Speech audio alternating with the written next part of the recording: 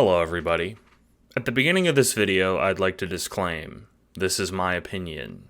If you like Dragon Maid, I don't think you're the vile spawn of Satan, and if you like this anime without really thinking through the implications of some of the story elements, that's fine.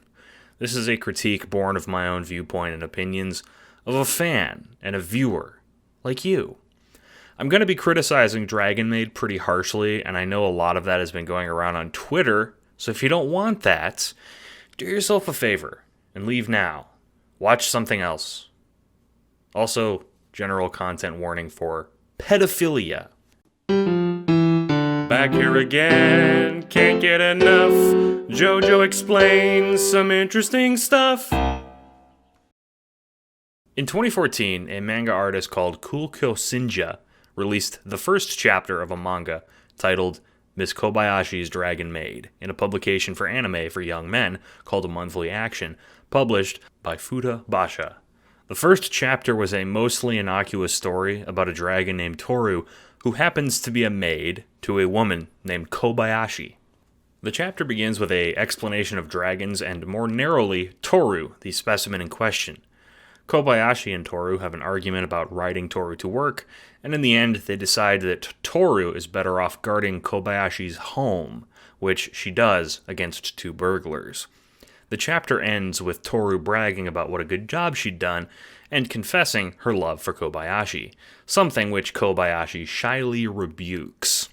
The premise of the original manga was a story structure that had been gaining popularity in manga, anime, and light novels in Japan in the early 2010s. The idea of taking a traditionally fantasy creature or being and placing them in a mundane situation. A reverse isekai with a humorous take. There are countless examples, such as The Devil is a Part-Timer, Gabriel Dropout, Saint Young Men.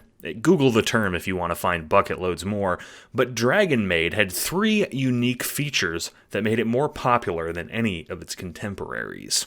The first unique feature, of course, was that Toru was explicitly a lesbian who desired a same-sex relationship with Kobayashi, and it wasn't played for laughs, even though Kobayashi does invoke the famous, "But I'm a girl" line. In a media environment like manga, light novels, and anime, where same-sex couples are almost as rare as they are played for laughs, this was refreshing. It was welcome. The two other features, of course, were Toru's tits. Like I said before, Dragon Maid was published in a so-called seinen publication, a publication for young men. In 2017, when it came time to adapt Lucoa's manga into an anime, the tits were on full display.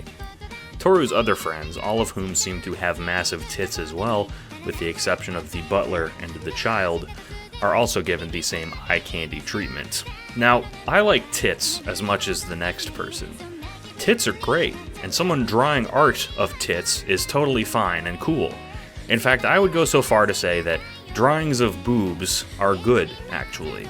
However, like any brassiere sommelier, we must first consider the context of the boobs. What surrounds the boobs? When I got into Dragon Maid, it was in 2017, at the dawn of the anime. I was balls deep in a period of my life where I had rediscovered my love of anime that had died back in 2012 when I saw Sword Art Online. I'd found the sign-in information for my Anime Planet account, and I was ready to go, to search that old frontier of squealing multicolor-haired women, massive eyes, and fetish fuel. One of my favorite anime studios is Kyoto Animations, a studio responsible for timeless classics like K-On!, Nichijou, Free, and The Melancholy of Haruhi Suzumiya, and of course my personal favorite anime, Beyond the Boundary. I considered what old KyoAni had been up to, and doing some research, I found the trailer for a sick new anime called Miss Kobayashi's Dragon Maid. Upon seeing the promo material, read tits, I was hooked. As I said before, I am excited at the prospect of lesbians on screen, animated by one of my favorite studios. Lesbian Dragon Show became shorthand for the anime on Tumblr. I also liked the boobs, naturally, so I began watching Crunchyroll's simulcasts of the new episodes. I even made a fan blog with the screenshots of the show where I'd post in character as Toru that got about 50,000 follows. It was fun. But as the anime went on, something happened. See, I wasn't familiar with the manga at this point. I knew there was one, but I hadn't yet read it, and as such, I didn't know what lay in store. As time went on, my enthusiasm waned. I wasn't watching an anime where a lesbian couple adopt a dragon daughter. I was watching an anime where I was expected to become emotionally invested in the relationship between the ancient Aztec god Quetzalcoatl with huge tits and a 10-year-old boy. I was watching Fetish Fuel. Again, Fetish Fuel isn't bad in a vacuum. If you want to have a show featuring weird stuff, that's fine. But the fetishes in question were, well, I really don't want to do this to you guys. I respect your intelligences and I appreciate your viewership, so please accept my humble apology while I explain why pedophilia is bad. Pedophilia is a psychiatric disorder defined as the attraction to prepubescent children. This should not be confused with child sexual abuse, which is the active abuse of children, but the two things are bad for the same reasons. Prepubescent children can't engage in sex for two main reasons. One, their bodies, by definition of being prepubescent, are not ready to engage in sexual acts. Two, they, being children, cannot consent in the same way adults can. It's impossible to understand what is being consented to when most, if not all, adults are in a position of power over a child. Now, the depiction of pedophilia and child sexual abuse as a fetish is less bad, I guess, because instead of actually abusing children, you are inventing a child to abuse. This is still pretty reprehensible because the promotion of this behavior is understandably taboo in society because hurting kids is bad. What does this have to do with Dragon Maid? Well, sadly, quite a lot. Anime has a bit of a problem with underage characters. There's a Japanese word for this, lolicon. Don't Google it. The uncritical sexualization of underage fictional persons goes on quite frequently in anime, which is a topic for another time, though I will say usually these cases are limited to like one or two characters in these shows, but Dragon Maid has 4? Let's take this case by case. Case 1 is Kanna. Kanna is a lolicon character who is introduced early on in the series. She's possibly the most innocuous example of Dragon Maid's fuckery because she's not super sexualized. Mostly she's treated like a surrogate or adopted daughter of Toru and Kobayashi, but even still there are moments of the anime that sexualize her. There's even sort of a stock phrase or meme that can be found surrounding this character for fans of the show who do not like it when Kanna is depicted sexually. Don't lewd the dragon lolly. Most of Kanna's sexualization has what I'll call lolly deniability, where it's not technically explicit enough to make a comment on reliably. Some people who do often get accused of being pedophiles themselves for even noticing it, but calling someone a pedophile for being worried about depictions of pedophilia is textbook bad faith reading, so let's just ignore this. Before we get into that though, let's talk about the elephant in the room. Kanna is said to be 7,000 years old in the text, which is often used as a way to excuse the lolicon aspects of many characters in media. As I've discussed, the actual age of these characters has nothing to do with pedophilia. Kanna is prepubescent in all her depictions, both in physique and demeanor, so sexualization of her is pedophilic in nature, even if she were 10,000 years old. Even if being 7,000 did somehow absolve this, there are aspects to her character that would still be an issue. Namely, her relation to her school friend Saikawa. Riko and Kanna become quick pals after Riko is initially jealous of Kanna's popularity.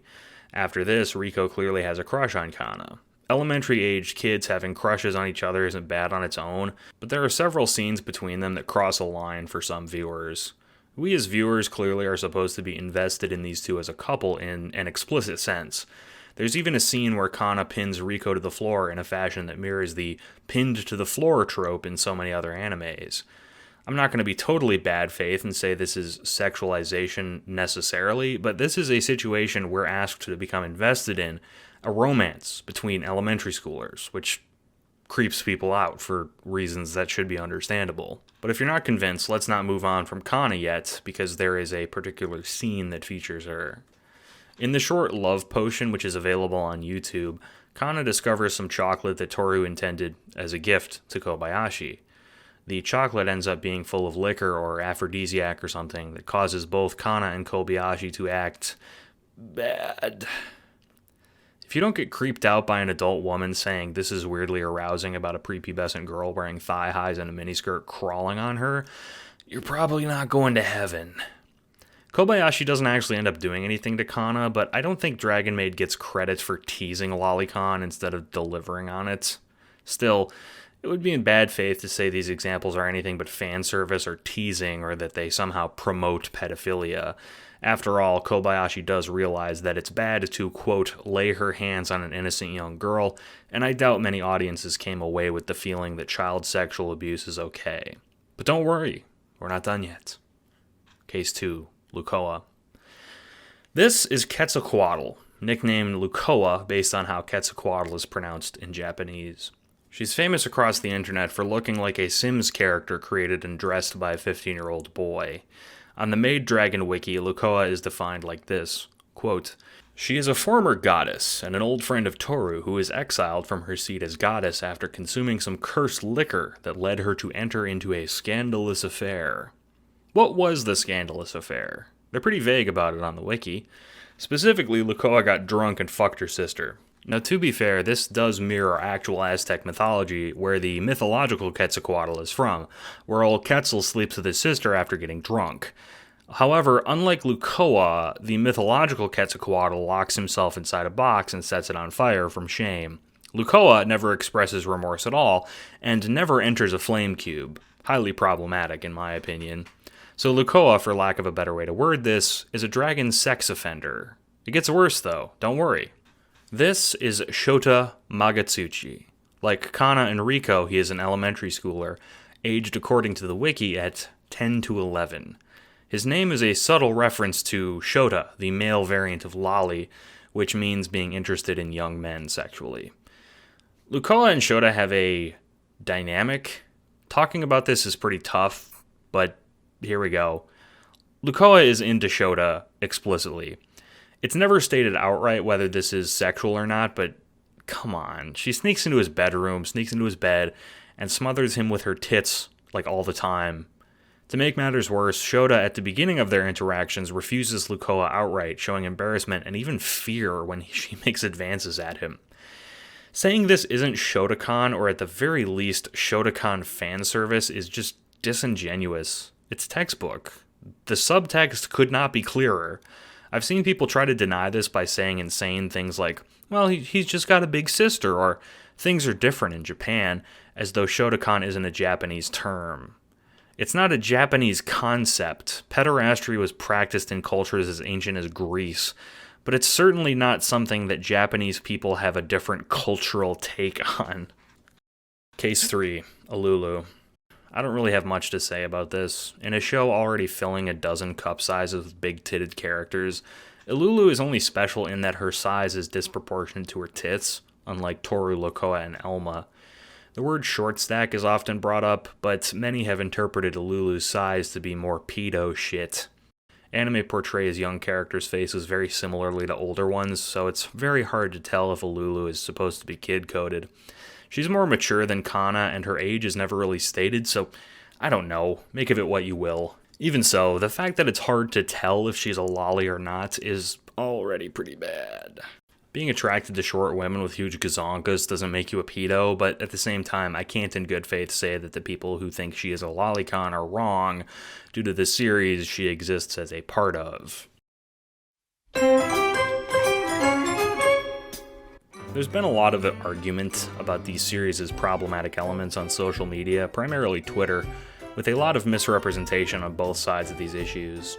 This video, at the end of the day, is a critique, but it's a critique I'm making not just to make some moralistic point about why Dragon Maid is actually evil and will make anyone who watches anime into pedophiles. It's to lament how an anime with a lot of promise and potential got bogged down with some genuinely reprehensible elements. First of all, I want to address the social media reception to this series. On the one hand, I do think there's a tendency to over-exaggerate the impact of certain elements of the show online. The critique of Ilulu can be interpreted as a lolicon character gets transformed on Twitter into, You're a pedo if you watch Dragon Maid, and that's an argument that's made in bad faith. There is a tendency for fans of the show to get genuinely confused when they see Ilulu, who to them is a sexy of-age character, getting moral backlash. In the discussion section of Ilulu's Dragon Maid wiki page, this cognitive dissonance is on full display. People who likely never had these lolicon connections occur to them discuss Ilulu as though Twitter is simply critiquing her bust size and sexualization. Why do people call her lolly? One user wonders. Isn't she 19? Another says.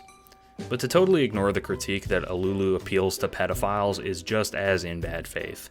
To willfully ignore the fact that some people do see her as a loli just because you think she's hot is burying your head in the sand.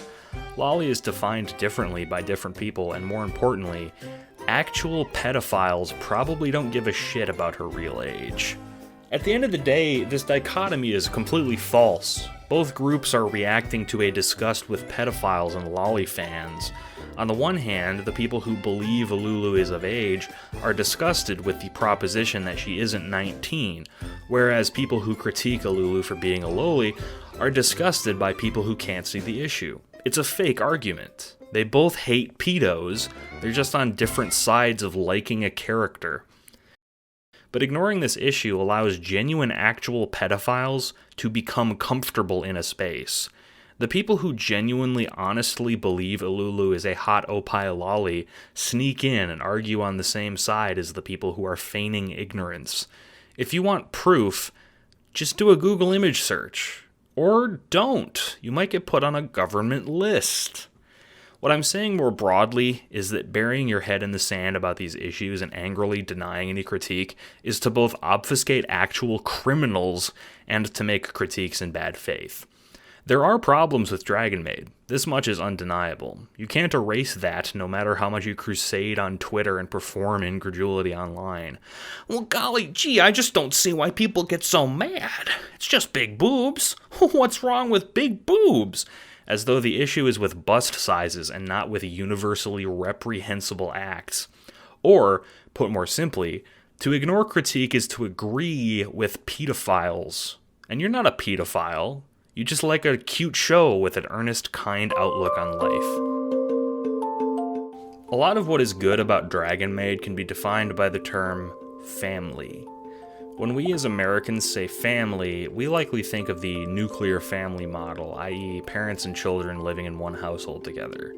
Dragon Maid, on the other hand, depicts a modern family, but it also represents what family meant before the nuclear model was prioritized. The child, Kanna, is shown having a very strong bond, not just with her surrogate parents, Kobayashi and Toru, but with her friends and the other adults in her life. She is raised with a healthy, large group of people, from teachers to friends to anyone who cares for her. This is genuinely a beautiful dynamic. Similarly, Kobayashi and Toru are tasked with the care of Kanna, but they respect her autonomy as a person without mandating her obedience or condescending to her. It's a setup of mutual trust. This is all on top of the fact that Kobayashi and Toru are heavily lesbian coded. I say coded because Kobayashi isn't confirmed to be gay or anything. Frankly, this is a big example of queerbaiting, which I will talk about later, but that queerbaiting doesn't erase the fact that they're two moms raising a kid. And they're not even the only LGBT-coded couple in the show. Fafnir and Takia also cohabitate and share a lot of things. Also, for some more representation, Lucoa is into Yuri.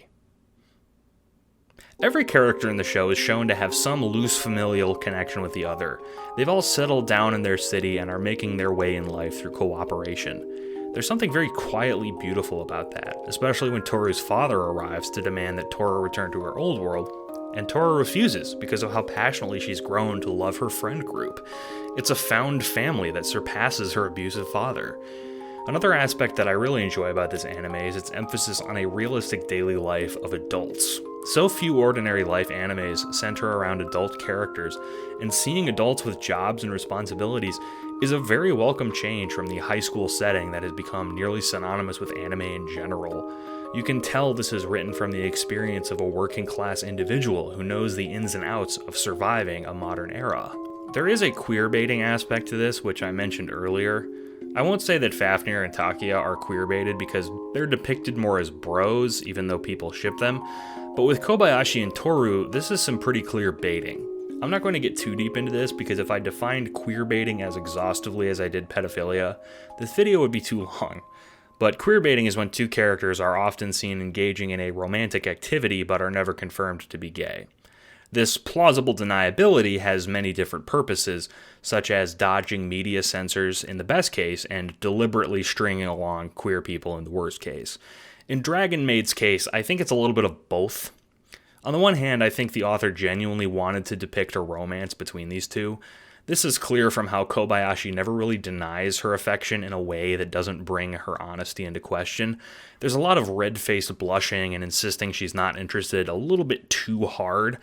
That and Toru is just a lesbian. Like, explicitly. She's Kobayashi sexual. She's romantically interested in Kobes from the beginning of the manga. On the other hand, Yuri. It's not really a secret that Kulkyo Shinja also draws porn, and it's unlikely that a seinen manga has a very charitable take on a lesbian relationship. In fact, when Kobayashi and Toru do have tense scenes, it's often played for a fetish. That doesn't mean that because it was written uncharitably, it's bad. My personal opinion is that this dude wrote a charitable take on lesbian households by accident, but that doesn't mean we can't enjoy that. Death of the author, yada yada. You could also make the argument that Kobayashi is asexual. I've seen this take online because she says she's not really into anyone, and while it is made questionable by how her asexuality is constantly challenged by Toru, it is an arguable take, and it would be cool to have some ace rep in a notoriously queerphobic media environment. But wait, I like Dragon Maid? There are good and bad things about it? How can that be? I spent a lot of time dissecting the themes of pedophilia, and now I'm singing its praises? Aren't things online supposed to be either good or bad? The question becomes, in that case, why critique Dragon Maid at all? Why critique anything? Do I hate Dragon Maid? Do the people on Twitter want to cancel it? Outside of the specific things I've outlined, Dragon Maid is good. I'd go so far as to say it's like 90% good. There are so many good things about this show. It's charming, it's cute, it's funny. It's got some seriously huge tits in it as well. So if I like it, why am I bitching about it? I can't retroactively delete Dragon Maid even if I wanted to. It exists in the world and it can't be taken back. Critique does not exist to take away from Dragon Maid, but to improve upon it, to find its best parts and address the bad, so future anime can be better, and so that viewers of this video can have a better, more diverse sense of an anime that they probably also like. Even if you personally didn't feel uncomfortable with Lucoa sneaking into Shota's bed, even if you didn't get squicked out by Kanna crawling on a drunk Kobayashi, even if you don't think there's a single thing wrong with this anime, that doesn't mean those issues don't exist. It just means that you didn't see them. A piece of art exists in the eyes of everyone watching it, and you're not the only person watching it. In the same vein, if you're some Twitter purity crusader, you should be able to see where this show is appealing to. You should see the worth in preserving some of the things that this show is worth preserving. What I'm saying is we need to engage with these works not as like so much of this debate boils down to, but we should discuss them as, what did we think of this? We're not the judges of morality. We're not the jury who collectively decides goodness and badness. We're human people who all have a subjective interpretation of a piece of art. But let's not forget that it's a piece of art that features light child sexual abuse and it was written by a guy who makes child porn. Unfortunately, that part is not a joke. If you look up his porn and save any of it, you would be guilty of like a crime. Like it's child porn. You know what? I take it back. Dragon Maid sucks. We can judge it morally. If you excuse the pedophilia in this show, you're as bad as he is. Get mad in the comments. Goodbye. I'm out of here. This sucks. This fucking sucks. How do you fuck up lesbian Dragon Maid? The best fucking premise anyone's ever come up with. And the one thing you had to do, your one job, was not to put underage children in it and sexualize them.